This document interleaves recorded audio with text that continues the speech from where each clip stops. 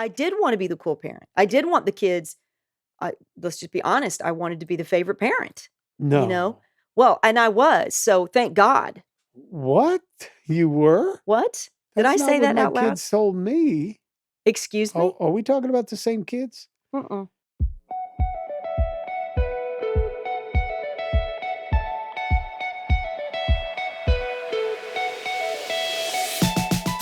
Hello and welcome to a brand new season. It's season 7, episode 1 of The Yes. Family Business with the Alessis, where family is everybody's business. I'm Steve Alessi. I'm here with my wife, Mary Alessi, and it's been a nice break, but we're ready to go forward with a new season. You We're ready? ready. We got a lot to say. I think we do. And Mhm. we got some great subjects We do. that we're going to be talking about as we line up the family. We've had our meeting. Yeah. We were already planning our conversations that we're going to be Mhm. having. And that's what the podcast is about. It's about Yeah. us sitting down, conversations we'd have in the car, conversations on the back porch of the house, things we don't say on Sunday. Mm-mm. This is where we get to say them all. And so I'm glad that we can do this going into our 7th season, Mary. Yeah, and we really put even more attention into what our audience enjoyed and wanted to hear more of last year and Hmm. last season. And so we've drawn from that and we want to give them more of that. People have a lot of questions when it comes to raising kids and to building a home and Yeah. raising family in this crazy culture that we Yeah. have as a society right now. Well, we say it this way, it's the family business with the Alessis because family is everybody's business. Now, Yeah. here's the reason we say that. It's your business on a regular basis. You get up in the morning, you're with family, go home at the end of the day, most like you're dealing with family. Mm-hmm. Somewhere in between, it's family. It's got to be run almost like a business. But then Yeah. again, if you don't take care of your family, then it's going to be fodder and it's going to Yeah. be conversation at other people's table. That's right. And then now your family is everybody's business. Sure. So we want to That's make sure good. we're helping you through that. So today, however, on this very first episode of season 7, big shout out though, because everybody's been hanging with us. Here's what we want to talk about. It's the something happening in our society today that we find doesn't help young people as they grow up and become young adults that are contributing to society. Right. And that is this whole thing with regards to permissive parenting. Yeah. So there's dangers of being too permissive Yes, absolutely. when it comes to raising our kids in the home. Mm-hmm. And so here's what permissive actually means. It's the habitually accepting or tolerating something as social behavior that others might disapprove of or forbid. Mm. So it's things that are wrong that really, if you look over the course of time, it's behavior, it's an attitude that has been wrong, but parents won't address it today and instead let their kids think it or say it or operate in it, all because maybe of fear. They don't want to reject their kid. They don't want to push their kids off. Maybe they don't have the energy for it anymore. But what they don't realize is they're being very permissive. They're Right. letting habits continue that are not helpful for the kid. Yeah. We've been talking about this a lot. Yeah. This has been definitely something I would say probably in the last 5 years, it's ramped up, the permissiveness of our Yeah. culture. And, you know, it's easy if you're just raising kids right now to really question if being more permissive is a good thing or not. Yeah. You know, for you and I hear our kids say this all the time, old school versus new school, Mhm. right? And we sit on the back porch and we talk about it and we see how many young parents today want to try it a different way. You know, they want to get away from the authoritative way parents maybe raised them and, Mhm. so strong, so strict. My parents were so strict. And we talk about that because Mhm. the results are the results. Right. And you have to stop and say, oh, wait a minute. How does permissiveness work in a society if it's overused and it's kind of what drives a society? How does that show up in the everyday lives of people? And we're finding already, it didn't take that long, that to just be wired for permissiveness Mhm. is really more apathetic than it Yeah. is caring. Yeah.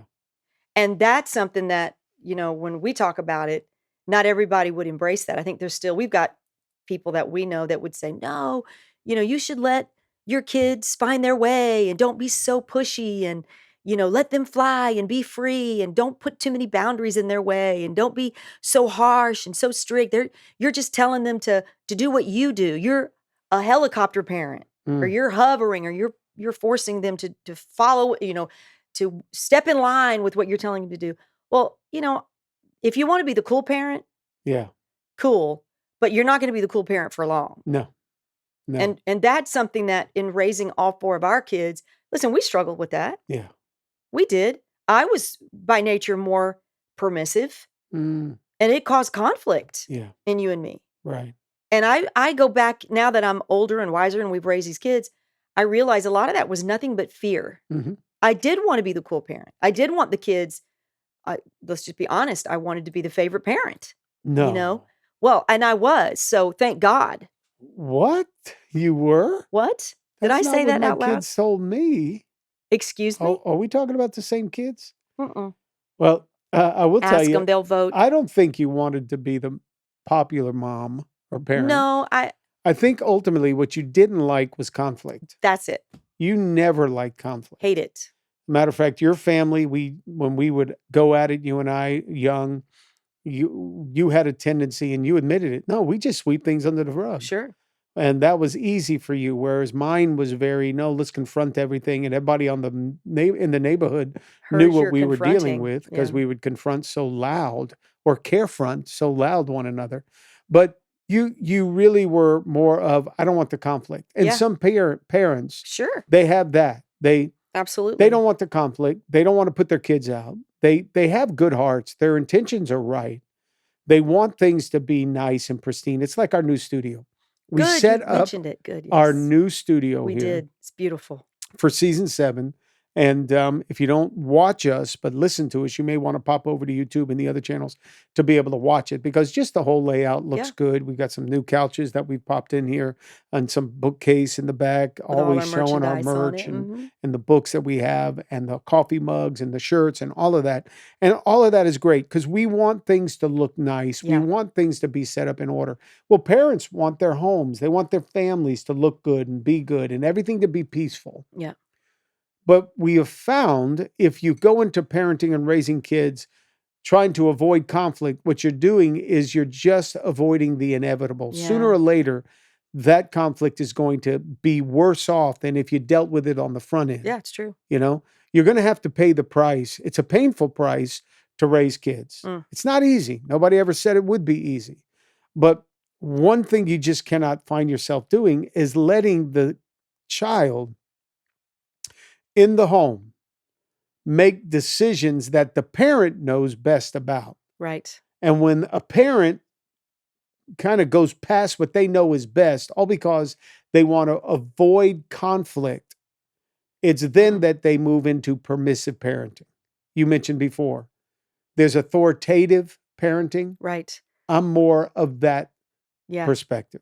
I come at things from more, I'm the boss, Yeah. I'm dad. Yeah. I do know pretty much what's right. And I have a mindset of like coaching. So let me coach this team Yeah. and we're going to win. That could be perceived by some people as being too harsh today. Mm-hmm. Or, they think authoritarian is being abusive. Well, come on, man, put on your right thinking hat. Yeah. It's not being abusive No. when you're just authoritarian. Abusive is totally different. You want to smack somebody around, you want to use your words to Right. hurt. That's Right. different. Now you're being abusive. That's not what I'm talking about. I'm talking about being firm. Authoritarian means that I know the author of this thing. I know it works. I know what's right. I've seen it. I've studied it. I've witnessed it. I've experienced it. And here's what we're going to do. Yeah. Now, here's the thing. There used to be a day when a parent would say to a child, listen, as long as you live in my house, That's right. here's the rules. That's it. Okay? That Mhm. used to be a day. And then a kid, if they didn't like it, he'd say, all right, when you get 18, you finish school, you want to move out, get a job, do your deal. Right? Mm-hmm. And kids, some of them took parents up on that, only to realize, oh, shucks, that was a mistake. Right. I sent my kids a meme the other day. It was about growing up and thinking your parents know nothing until all of a sudden you get a little bit old and you realize, wait a minute, my dad knew a little bit. Then you get a little bit older than that and you realize, oh, mom knew a lot more than she said. And then you realize when you get older, my God, my parents were right. Right. So that's the authoritarian. The permissive, though, is the person that sits back. And for whatever reason, Mary, they're just saying, I don't want to rock the boat. Yeah, oh, I So think they let too, their it's kids do I think things. I think conflict is a part of that, and I wonder, well, I don't wonder, I think it's true that when divorce has been when divorce has impacted your life, Mm-hmm. then it is easier for you as a parent to slip into permissivity, and you just don't wanna bring your kids pain. And if you've experienced pain, let's say you're the product of divorce, and then you have kids of your own, there's a lot of not confusion, but insecurity there because you haven't had it modeled well to you what a long-term, loyal, loving relationship. Your parents got divorced.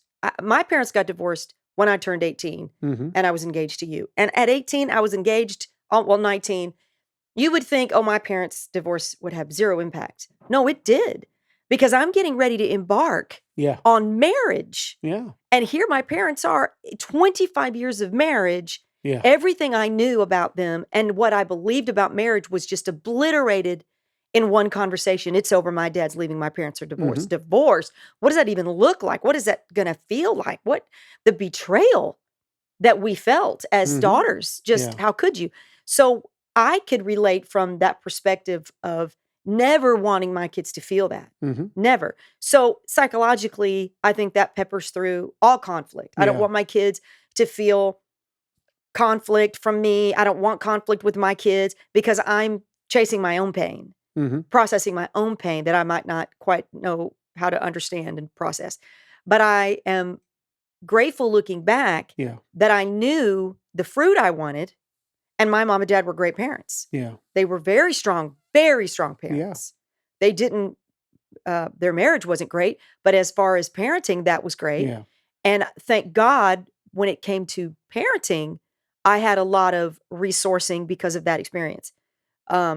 The marriage part, you know, Yeah. we worked it out, but But with your mom and dad, again, we've said this before, and I think it bears repeating. Your parents went through a real tough season mhm, that your they did. dad just couldn't heal from. Right.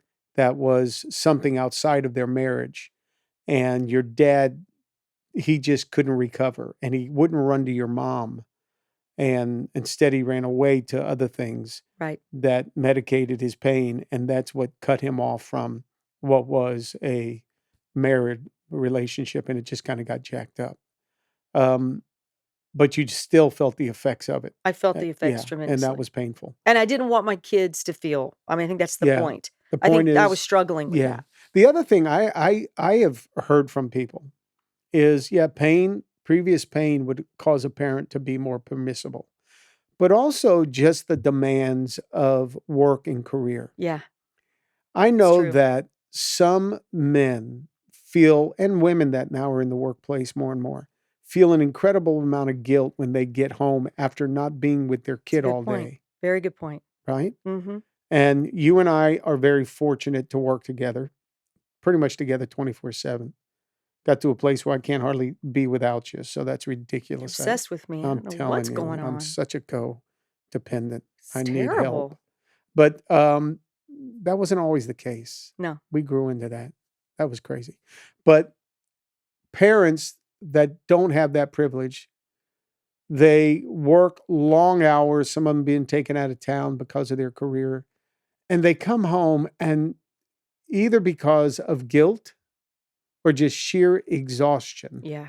they don't want to have to deal with the craziness that is their kid that spouts off things, Mm, says things, does things, hangs out in certain environments. They don't want to correct any of that right. because all their energies has been handled at the office, Yeah. and they really don't have the energy when they get home to now Yeah. have to address a certain, mindset. They don't have that. So it makes it very difficult. And then what they don't realize, though, is that that's just kicking this can down the road. Sooner or later, they're Yeah. going to have to deal with a mindset. Mm.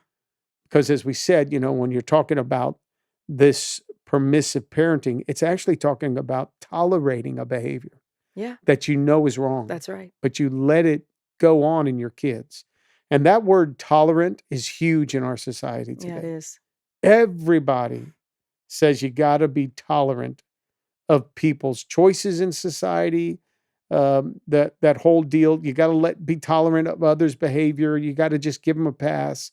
Mental health is an issue, and you just got to be tolerant. We applied for a grant recently with Google, and one of the things they wanted to make sure in that grant Yes. was that we were a tolerant business Yeah. with our business and practices Mhm. with employees, and we couldn't qualify. We didn't sign up for it. We said, nope, sorry, we have Yeah, our we couldn't do it. standards That's right. that we abide by. So there's certain things that's age appropriate in kids, but there's other behaviors that need a parent to parent. Yeah. And if not, then you're just being permissible. And if we can, let's try to tackle that for a minute. Mm. Because as I look at it, I'm from a writer in the Wall Street Journal. He calls what we're dealing with today an opinion-based theology that most people have. That there is no absolutes, there is no right and wrong. Your philosophies, your practice, your standards in life that you abide by are pretty much just opinion-based. Right. It's your opinion. Yeah. So your truth works for you, my truth works for me, which means there is no absolute truth. It's all based on opinion. And he says that right there comes down to this. He says, boys may be girls and girls may be boys according to impulse or whim. Mm. According to impulse or whim. Right. You can decide whether as a boy, you could be a girl, or a girl, you can be a boy. Right. Then he goes on to say criminals are just victims. Yeah. Civilization, because of their rules, is just barbaric.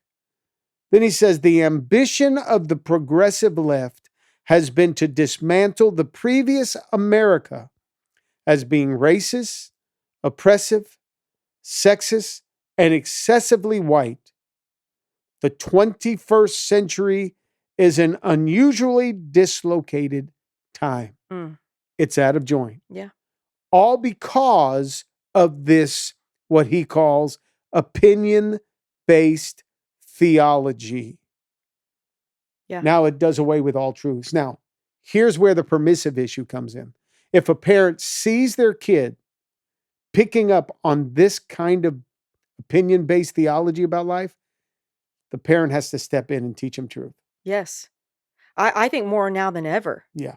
I think it's urgent now that you have to sit down and have conversations with your children. If they're out there in the real world, I mean, we did, and the world wasn't like it is now. It has rapidly gotten crazier in a decade. Mm-hmm. But I think it matters more now than it ever has before that parents say, all right, I want this fruit, then I better be very careful to select the right seed. Mm-hmm. And we can't just willy-nilly our way through this thing with parents. As Yeah. parents, we really do have to be intentional about sitting down with our children and telling them there is absolute truth. And that's where you're going to feel the safest, is knowing this is right and this is wrong. It's funny, as you're reading that, I'm thinking to myself, well, if a kid what were the words you used? Oh, something about a whim. You said in that article, read it again. Boys may be boys, girls may be boys, according to impulse or whim. So why can't they then choose not to go to school? Yeah. If they wake up and there's an impulse, I don't want to go. A lot of them aren't. But I'm saying, Yeah. That's the part about Yes. you critically think critically when it comes to this.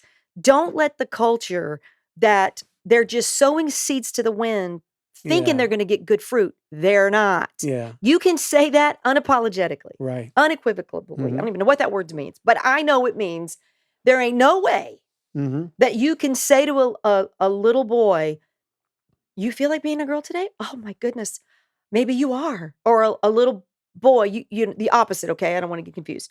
But it creates so much confusion in a kid when they don't know right and wrong, and the world is moving the goalpost. The society today is removing all the boundary lines. Mhm. And more than ever, parents have to say, okay, that's good for the world, but my family, our little chicks, we are Mhm. going to be raised up with this mindset, with this thought. And what's funny to me, okay, is this generation that thinks our generation was old school Yeah. and was authoritative and strict. Watch, Yeah. watch. They're going to have to be even more strict than our parents were and we were, okay? And I'm going to sit back and laugh just a little bit. Laugh. Because Mhm. because you realize as your kids start to go get older and develop and they start going from why to I don't think so, mom and dad. And they start disagreeing with you based on the friendship circles they're in and what they're picking up on TikTok. And Gabby said something to me last night. We were driving home talking. And she goes, mom, you and dad, when you say, oh, kids see things on social media, it's bad today. She goes, you really have no idea. I got goosebumps when she was telling me. She goes, you really don't understand how bad it is, Mm. what these kids see. She goes, you think you know, but mom, it's so disgusting what little kids can see with their parents' phone in their hands Yeah. that their parents would never know they saw and they can't unsee. And she said, I wouldn't even say it out loud. It's that disgusting. And I'm thinking, well, I've been around a whole lot longer than you. You would think I would have already heard about it. But what it shows you is every time your 5 or 6-year-old is sitting next to you and they're complaining and you hand them your phone, you've just opened Pandora's box Yeah. to permit them to have access to something because you're tired Mhm. or you're frustrated. And the problem with that is the world has changed. It's not like it was when we were growing up where you had to have money to see something dirty. Just Mm. be honest. Yeah. You had somebody to drive you down to the 7-Eleven to see it. Yeah. It's different now. It's all access. It's right here. Yeah. Even Gianna, our little granddaughter, I have to be careful. And I've got controls. I don't see stuff on my phone. But listen, even still, we can't be so quick to default to be permissive grandparents. No. No, I said shoot the other day. Everybody else thought I said something else. But after I said, "Oh, shoot," Yeah. Gianna says, "Shoot." And she was close to not saying that. She was close to saying the other They're word. like, "Dad, what'd you say?" I She's said, "I said 2. shoot." "No, Dad, that's not what you said." Mhm. "No, I said shoot." "Gianna, what did I say?" No. No, Babe, but see, here's what young people are dealing with today, though. And this is why we need the voice of reason. Every yes, parent has to correct this stuff. It says this. This is an article, August the 16th. Major medical group expresses skepticism about sex change surgeries for kids. They're coming out and they're saying all of the stuff that we believe. The American Society of Plastic Surgeons, an organization representing 92% of all board certified plastic surgeons in the U.S., becomes the first major medical association to break from the consensus over gender affirming care come for on. minors. The term gender affirming care is a euphemism used to describe irreversible Yes.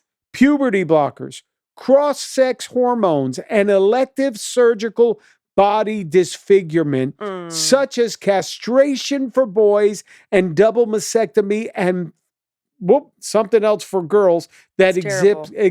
exhibit confusion about their sex. The American Associated of Plastic Surgeons are coming out saying, wait a minute, It's not going to work. we don't think Yeah. this is healthy. They're finally coming out saying, Right. we don't think this is healthy. But a parent will sit there without doing their research. Yep, that's And when true. their child comes up to them and says, I feel like Yeah. I'm Or uncomfortable. wait. They might not even say that. They might say, I have a friend at school who says, Yeah. and you've got to combat that. Mm-hmm. My friend says he's a cat. My friend says he's a girl. And he's got 2 dads. And You've got to know how to handle that at Oh my home. gosh. You've got to have those conversations with your 5-year-old. Yeah. You can't sweep it under the rug. And it's not easy. It's not easy. But that's the point we're trying to make. This is That the is. world we live in right now. That is. I heard this story, oh my gosh, about a kid that was at school and was really unhappy at school and kept getting in trouble by the teacher. And so the parent says to the kid, well, why are you getting in trouble? And she kept saying, well, because I got mad at so and so. And she said, well, why you get mad? It's because she says she's a cat. Says, what do you mean she's a cat? Yeah, she says she's a cat. So the parent looks at the kid and finally says, whereas the permissible parent would be thinking, oh, go pet it. Yeah, don't Oh, offend her. Don't hurt her offend feelings. Don't bother her. The teacher in the classroom was actually, this is a true story, was actually giving the student a little bowl of milk. That's insanity. So finally the parent looked at the kid and said, well, next time she bothers you, you turn around and you just scratch her. You just go at her. And when the teacher comes over and gets onto you, you tell the teacher, well, I'm sorry. I'm a Rottweiler. And then when the parent calls me in to complain, I'm going to ask the teacher. I mean, when the teacher calls me in to complain and want to have a parent conference, I'm going to ask the teacher, well, teacher, why would you put a Rottweiler and a cat in the same classroom? Of course, it was a comedian. Of course. But imagine a parent sitting back and allowing a kid to actually think. The fact that we even entertain it is insanity. But castration, Mary? I know, Steve. Puberty blockers? Very, very horrible. Like this is really going to play out well in the future. No. You don't even give a kid's brain a chance to develop, to find out who they are. Yeah. And what they want out of life. You know, I can tell you that if we were those types of parents, Stephanie, when she was coming up, because Chris was 4 years older and he had all these friends and he played sports and he was into being outside all the time and playing ball. The only way she knew to relate to her brother was do what he does. And, you know, the days of just being a tomboy for a little bit aren't even the case anymore. If your daughter exudes anything at all masculine because she's got an older brother. Yeah. Oh, she's struggling with her gender identity. No, she's not. No.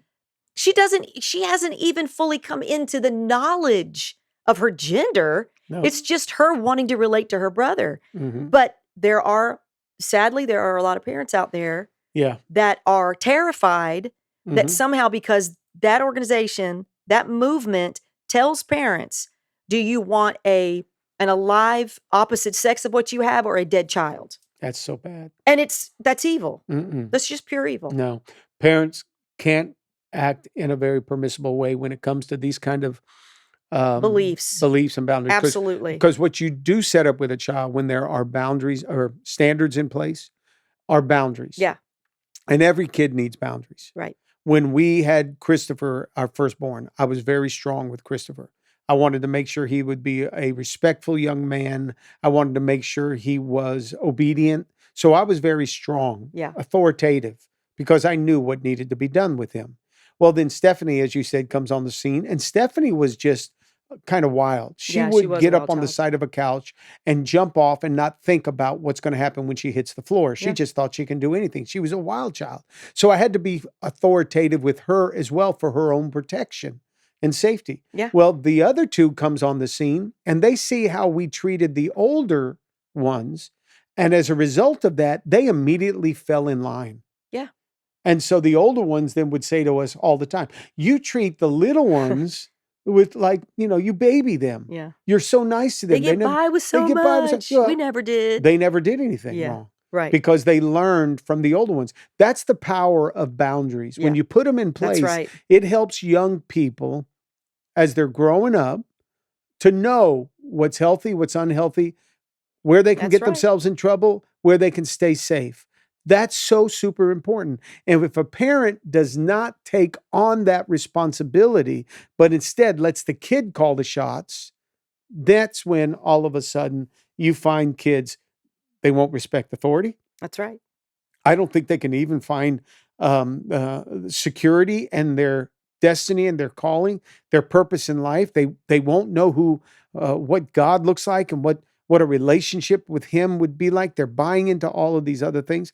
I mean, there's a list of these things, a slew of these things I can just share with you. Matter of fact, my pastor brain goes into, engaged here because I can list a list of things for you on why it's so destructive to parent permissively Yeah. and why and how you could then be a parent that leads with the right kind of standards. Just dial into the program notes. We'll be able to get you that kind of information, as I think it'll be really helpful for you. But Yeah. here's the point. There is a danger Right. to being a permissible kind of parent. I think there's a danger in what's the word?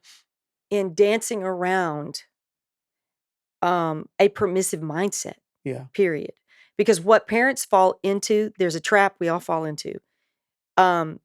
It's one thing to kind of entertain a certain logic and thought process, and then you've got to answer to kids about what you believe or you don't believe. So you can't be incongruent. You have to live what you believe. You have Yeah. to do what you say.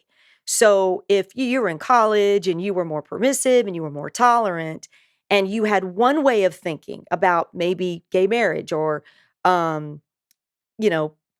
fluidity amongst the gender lines or whatever that might be that would cause you to be either more permissible about the society in and of itself, that there aren't any really absolutes, and who are we to tell people, Yeah. if you should get an abortion if you want it, and who are we to tell people what to do with their bodies? All of that, even financial. And then all of a sudden, you think that finances should look one way, the government should do one thing, and then you get your first paycheck and you got to pay, and then all of a sudden it changes what you believe, right? So it's the same thing when you have children. What you flirted with Right. and thought you believed and entertained as a younger person, now you have kids to answer for. Yep. You have human beings you have to shape. Listen, I would love to permit you to keep talking. So I need you to do something because we got to close this show. I'm going to Okay. permit you. Wow. No, I can't believe you just said give that. me this quick example, the analogy of an open marriage, how that doesn't work relationally, and then I'll bring this Well, thing this is an into a close. extreme. Yes, This I is an love it. Go extreme for it. analogy, and I don't Come want on, it got anybody going, I Alan can't believe she said that. Alan and I were blown away when you shared it. So Well, go. it's extreme. But when we talk about permissivity and you're concerned about where those lines are in a marriage, anything that you would want to allow that would erode it the quickest would be an open marriage. If you had an open marriage where there were no lines, there was no discipline, there was no expectation of the husband or the wife. Yeah. There's no rules. None. Then you're going to completely obliterate that relationship in about 24 hours. It wouldn't take much at all. Right. You wouldn't have an open marriage. Why would we have a boundaryless family? Yeah. Why would we have an open family that we just adopt all these ideologies and we don't know? What you're going to create is very insecure children. And they need to know what's right, what's wrong, where the lines are, what the absolutes are. And they need you as a parent to tell them. Yeah. They need to be able to look to their parents for what the rights are and what the wrongs are. Oh, very good. So important, especially in these days. If you enjoyed this episode of The Family Business with the Alessis, then you would have really enjoyed Season 5, Episode 15. We did it. On a series, what was it called? Gentle Parenting? Gentle Parenting, Wow, yeah. that was great. That one got a lot of feedback. Yes, Go listen to it. If you enjoyed this one, you'll enjoy that one. Thanks for joining us today. I had a great time on our #1 episode of season number 7. Hope you were encouraged and at least challenged to not be so permissible when it comes to parenting. We hope you enjoyed today's episode. Go ahead and subscribe to our YouTube channel, like this video, and click on the notifications bell so you can be notified for all of our future videos. And if you loved today's topic, we have plenty more. And you can click on this link right here to watch all of our videos so you can learn why family is everybody's business.